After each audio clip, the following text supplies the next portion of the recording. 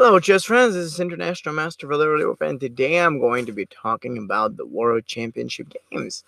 Yes, I would like to share with you some of my impressions of some of the, all the 8 games, and what was really going on so far, what happened, and how did everything happen.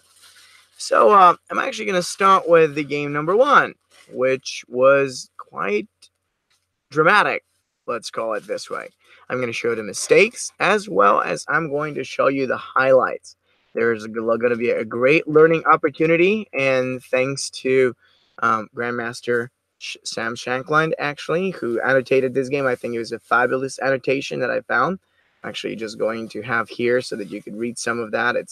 I think you made some brilliant analysis. I'm gonna just use a little bit of that while I provide you my own insight. So basically, Caruana started with the e4, c5, then there is knight f3, and knight c6, so bishop to b5. And actually, this is interesting.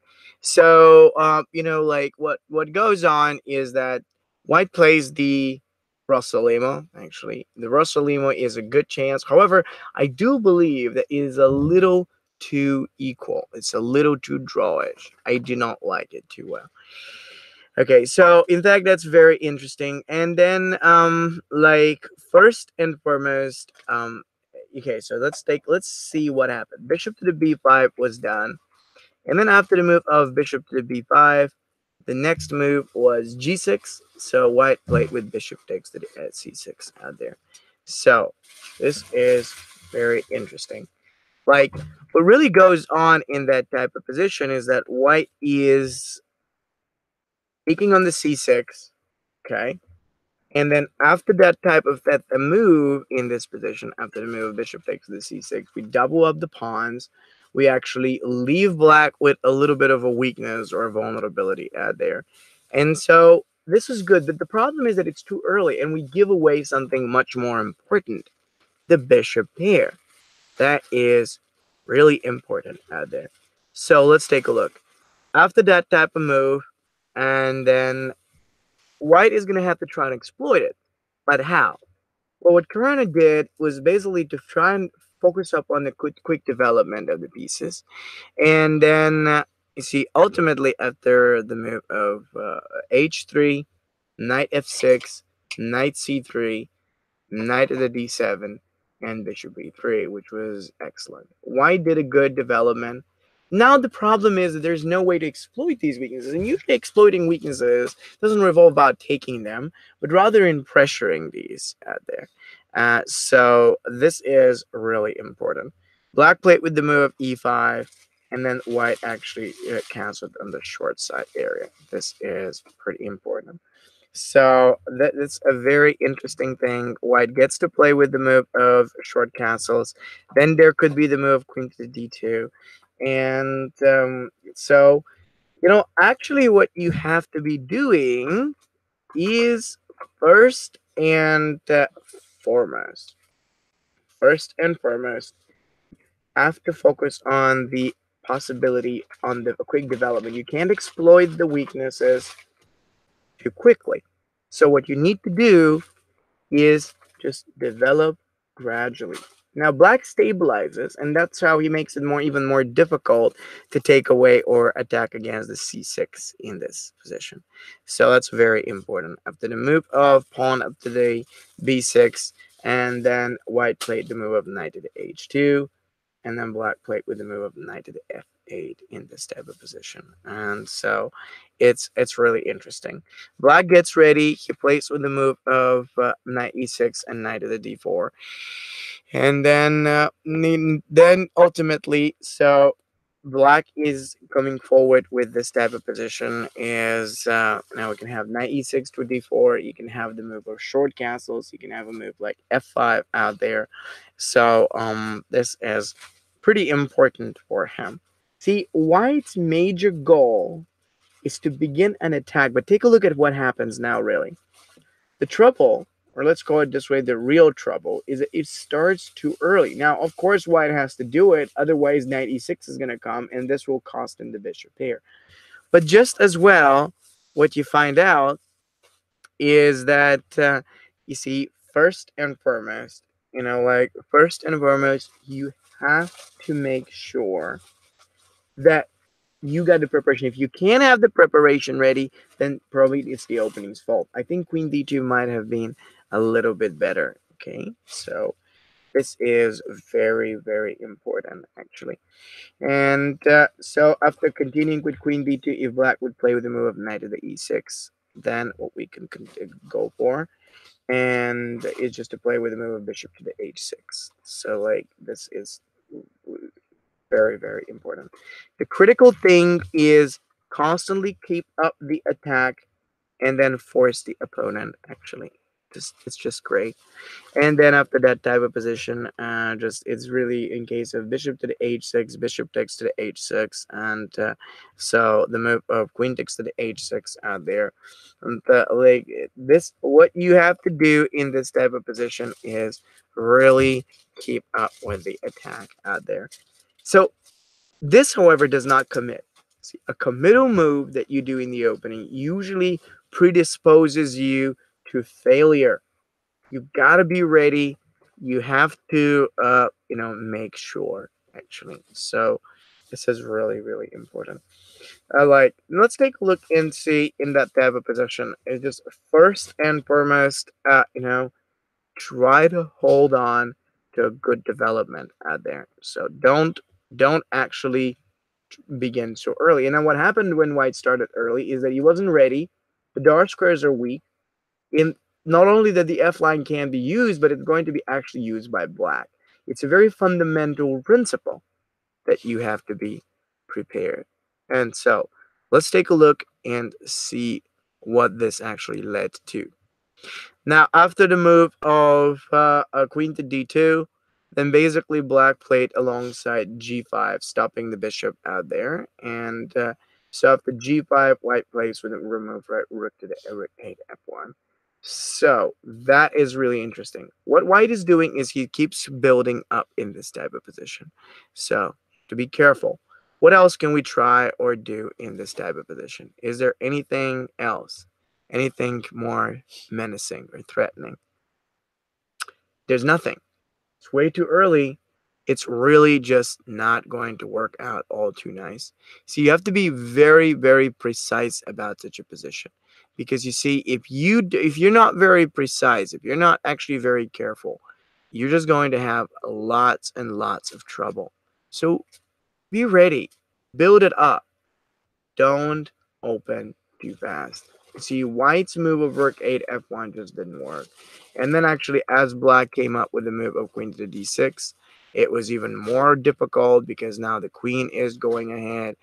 There is going to be the move of bishop to the e5, which is a big problem. And that's not great. So be careful. Not saying that you should actually be worried or afraid. Just be careful. And let's see it. White played the move of knight of the g4 in that type of position. But, okay, so what's actually happening in there? Well, the truth is that as soon as the move of knight to g4 happened, and that's a big deal, White is still going forward with the wrong plan. So he wanted to move onto the king side.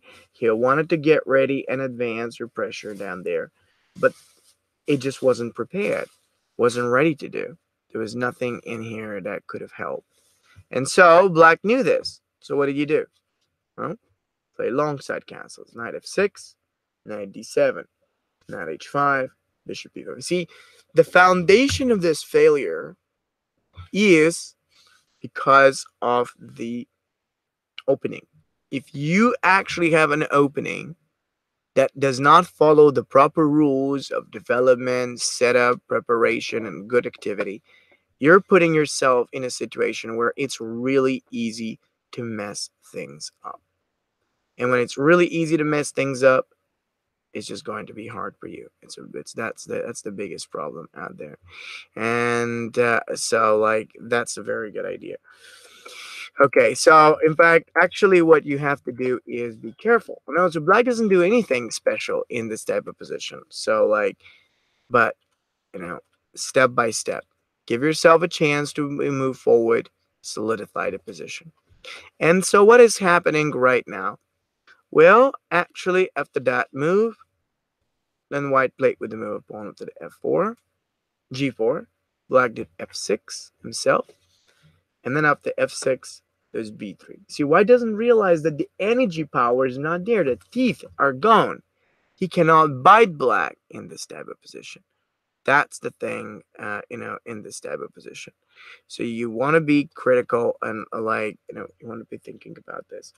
So, that let's take a look and see that b3, and then bishop to the f7, knight to d1, knight f8 out there. So knight takes f6. Now it was very interesting because black made this perfect maneuver in the position which offers the pawn.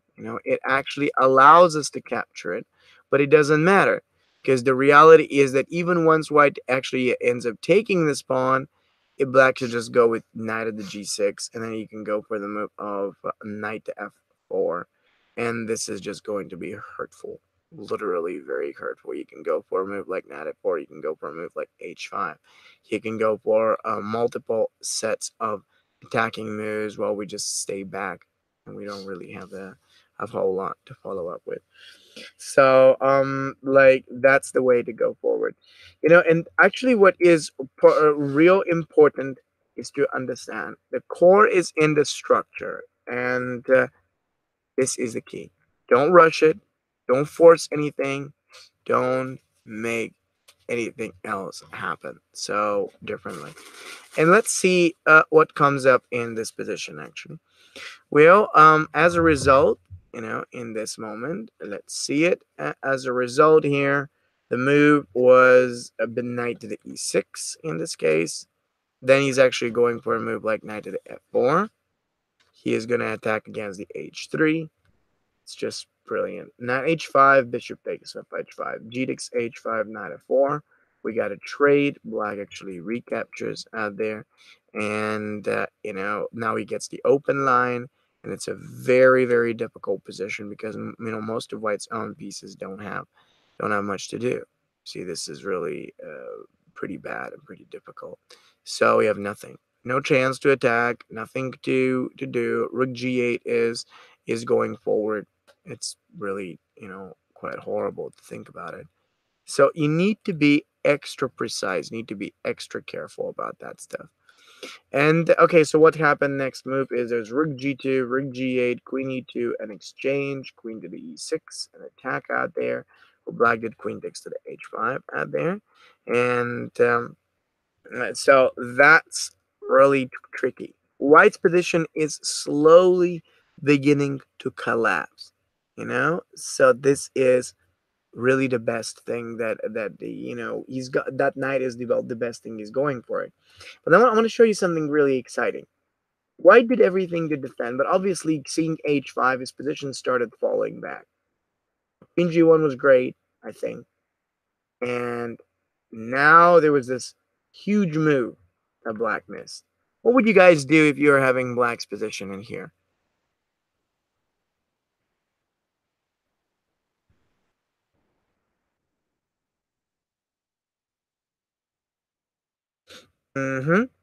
So this is big idea I wanted to tell you about.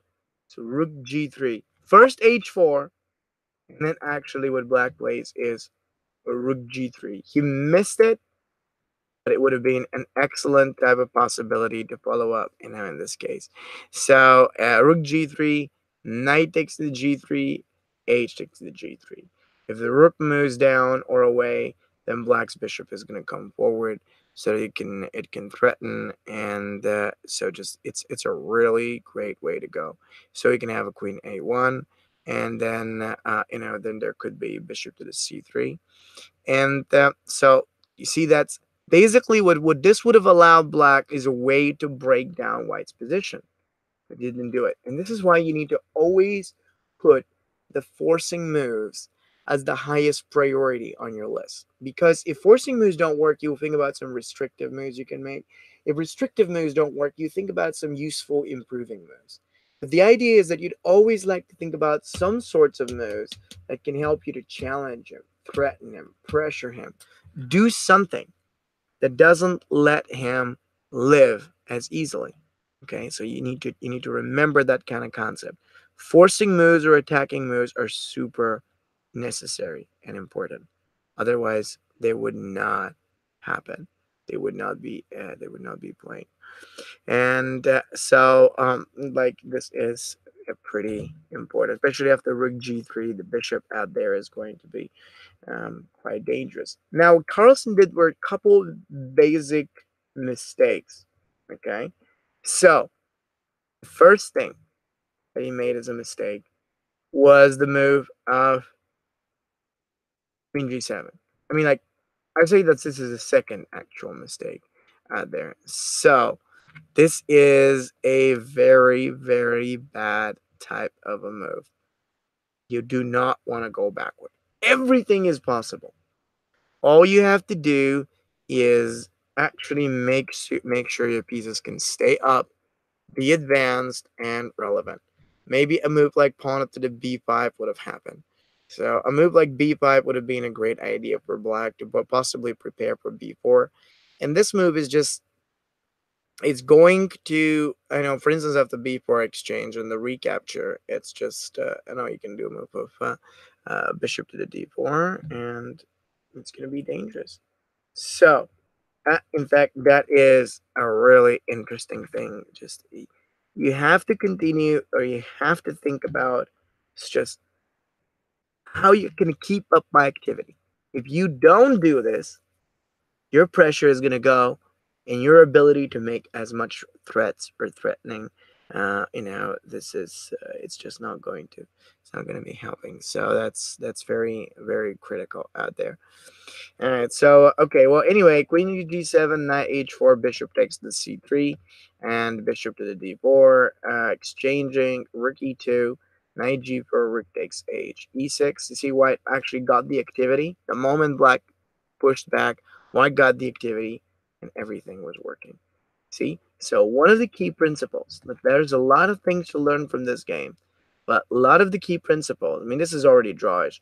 First of all, choice of opening. It's like the choice of your clothes. When you're going on a job interview, you have to make sure you have the best clothes for that particular meaning, you know, and you have to make sure that this is right for what you're actually looking for. If you're in a date, you basically choose the right clothes for the date, depending on where you're taking her out. And the idea is the same thing in chess. You have to have an opening that doesn't just suit your style, but suits what you're looking for. If you're playing for a win, think of the way of playing the most active, the most aggressive, the most pressuring system in this type of position. And so, like, this is really important. This is very important. Okay, so one of the key things is to remember on how you could just arrange the forces and get them there. Another important thing I wanted to tell you about was regrouping, step forward, advance, challenge, rook a f1. You see, the other important thing I wanted to tell you is, okay, so white played on the wrong side of the board, but you also opened up too early. You got to know that choosing how to develop active or passive is the first thing. That's the opening rule. The second rule is when to open. You have to understand that middle game doesn't mean, oh, I got to start attacking. Middle game often means you got to start preparing. This means you have to make something better out of your development.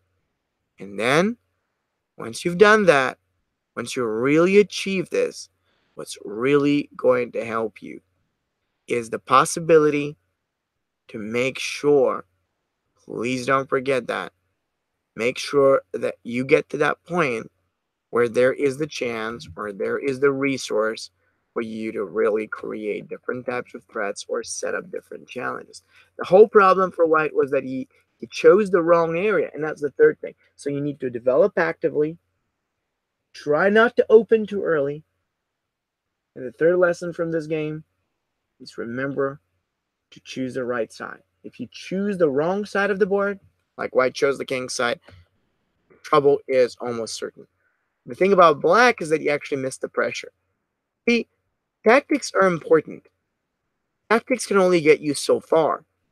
The real truth is that you need to be thinking about things like pressure, challenges, threats. You know, eventually they can result in some winning combination. These are, in my opinion, the three key rules for playing incredibly strong on any level. I do hope that makes sense. Please don't forget to check the video courses with the discount on below the link. You're going to find out some incredible lectures on each of these three topics. So don't forget to check them out.